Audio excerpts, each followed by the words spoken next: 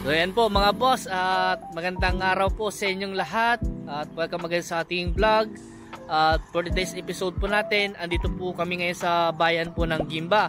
So medyo matagal po kaming hindi nakapag-vlog at may mga inayos po kami mga dokumento. So ngayon po ay meron po kaming ipapakita po sa inyo dito at i-re-vlog po namin dahil nung time na blinag po namin itong property nito ay iiwan daw tong part na to. Pero sa ngayon po ang update po sa amin ay buo na po siyang ibebenta. So ito po ay along National Highway. Ito po yung way na papunta po sa Tarlac, Pura. At ito naman po yung way na papunta po sa town proper po ng Gimba. Diyan po sa eastern part po ng Nueva Ecija. Papuntang Kuya po, yan po, papuntang Talugtog, papunta pong Cabaratuan sa part na ito.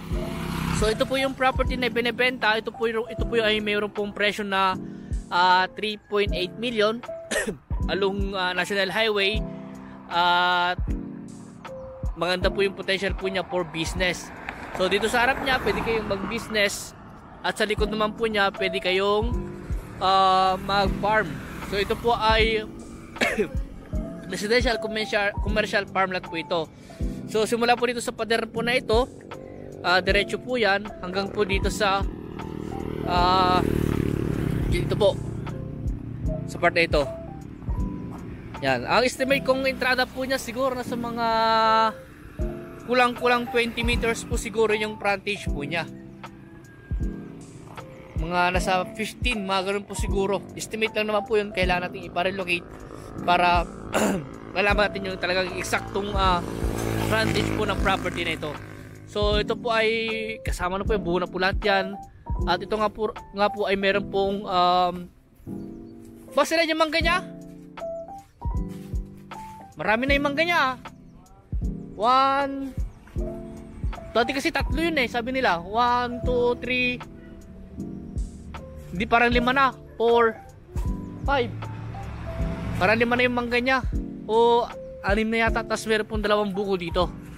Ayan. So, andyan lang po yung highway. Kitang-kita nyo po yung mga sasakyan dumadaan. So, itong property natin ay ano po siya, pahaba po siya, rectangle. Ang length po niya siguro nasa mga kulang-kulang o halos 1 kilometro na po siguro yung kanyang frontage. At sa ngayon po ay medyo masukal, kailangan na pong linisin. So, ito po ay pwede rin po nyong gawing residential. Kung gusto nyo magtayo ng bahay, pwede naman po. At kung gusto nyo gawing pang business po yun, dito sa harap po niya, maganda naman po dahil pwede po dito mga ano po, mga hardware, ganyan. Mga pang commercial po sa harap po niya. Yan. So dito po sa kanyang banda rito ay tinamnan po nila ng palay. At ang maganda rin po dito sa property nito, meron po siyang irrigation canal at irrigation road. So yun po yung kanyang irrigation.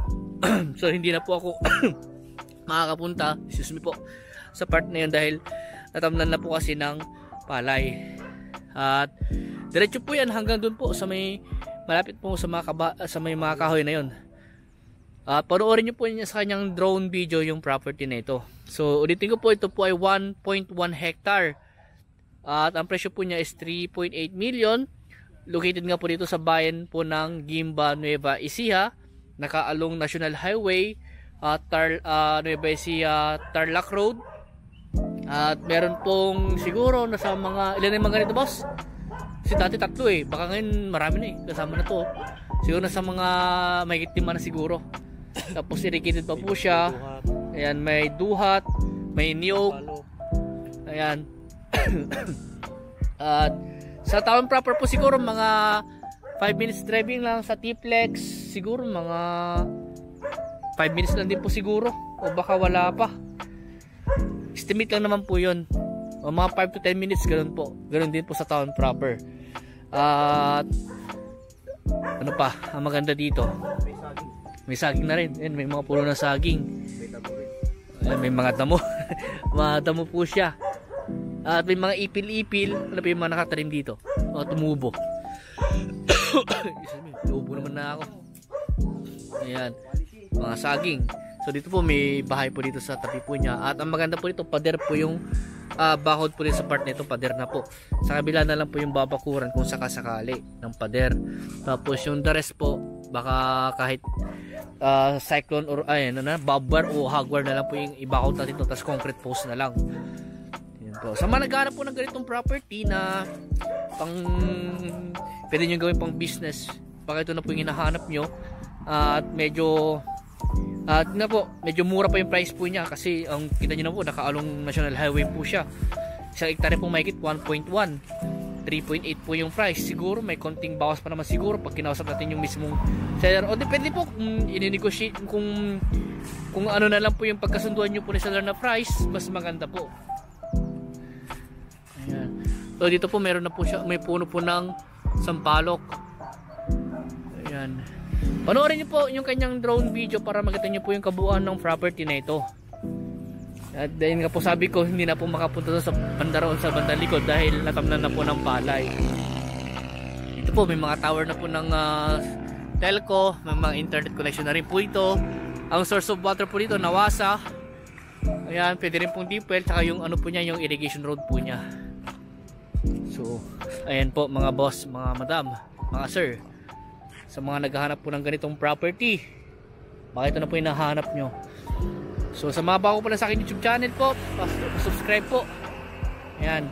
And papalo po ako sa aking Facebook page.